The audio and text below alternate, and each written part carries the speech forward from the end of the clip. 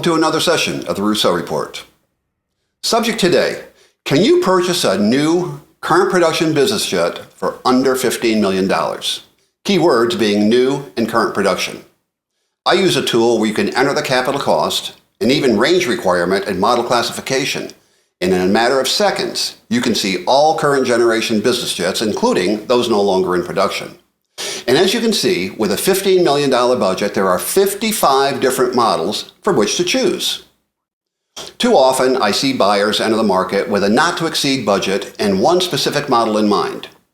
Perhaps that's what they had been chartering or their friends own one, but in any event, when the consummate question is raised, did you know you can purchase whatever model for the same or less money? The typical response is, I didn't know that. Let's take a look at some of our options. But first, I'll assume we all know the benefits of purchasing a brand new aircraft. On average, a 3-year tip-to-tail warranty, initial crew training. You get to pick out the wood veneer, the fabrics, paint scheme, interior configuration. And as you've heard me say in the past, now you get to wait 12 to 18 months. Can you even purchase a new business jet for under $15 million? The answer is yes, and I'll reveal them in a minute. First, let me draw a corollary. About 12 years back, which isn't that long ago, you could purchase a brand new Hawker 900 XP in the medium jet category, 3,000 nautical mile range for under $14 million. You could customize the interior, but like everything else, prices go up, and that same $14 million today will buy one of these current production business jets, all in the small jet category. As a refresher, small jet, small cabin, with a height of around 5 feet, seating for 6 and an average range of just under 2,000 miles. Although the average stage length in this class is only 1.5 hours. And that's about as far as you want to go due to the smaller cabin and limited facilities. A couple distinct advantages of aircraft in this category are lower fuel burns, reduced costs of operation, as well as impressive field performance. Now clearly, if your new aircraft requirement is to carry 8 passengers, 3,000 nautical miles nonstop, this category aircraft would not be a good fit. Yet some owners do it. Now let's change gears for a minute and revisit one of my favorite topics, and that's depreciation. Something most buyers just don't consider in the acquisition process. If you've watched past sessions, you know depreciation is a major cost of ownership, and we calculate end of life for the majority of business jets at 30 years, where the ultimate value will be approximately 10% of its original cost new, or the sum of the parts.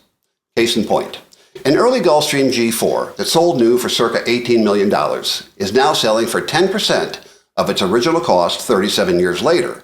Keep in mind, our industry experienced price escalation for most business jets in 2001, 2008, and again in 2022, and I would venture to guess that the G4 would have seen end of life earlier had it not been for low inventory and the price run-up in 2022 that lasted about 18 months. And is just now returning to values that reflect market depreciation. Some of the reasons these older aircraft are reaching end of life can be quite evident when we look at fleet averages. Other than antiquated avionics, most have no engine program. Total airframe time from 10 to 16,000 hours, akin to a car with 300,000 miles. Maintenance costs are through the roof, and the list goes on. Let's return to our budget, and specifically 10-year-old aircraft that offer current generation avionics and engines, as well as the latest in-cabin communications. And yes, these year models are out of warranty, with the exception of structural, but there are significant advantages which I'll address shortly. The aircraft depicted in red are no longer in production, and you'll notice they also have the greatest rate of depreciation, averaging 49% in just 10 years. In some cases, the OEM simply used the same type certificate and rebranded the aircraft, such as the Global 6000 to the 6500, Challenger 605 to the 650, which does have an upside when you consider parts availability and replacement. The models highlighted in yellow are those that can be purchased today for under $15 million, and individually or collectively, they offer a lot of capability for the dollar. The Phenom 300 has one of the lowest rates of depreciation of all models, at, dig this, 8% over 10 years.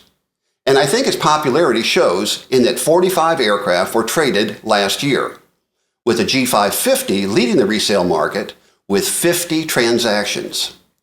And 24 550 sales have already been recorded in the first 5 months of 2025.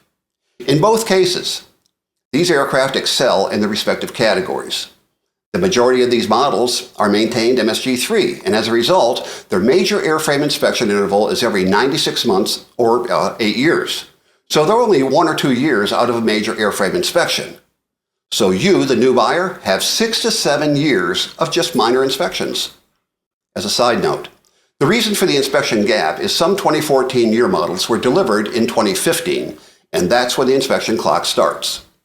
The Lear 75, CJ4, Phenom 300, and XLS Plus are well-regarded aircraft for under $10 million.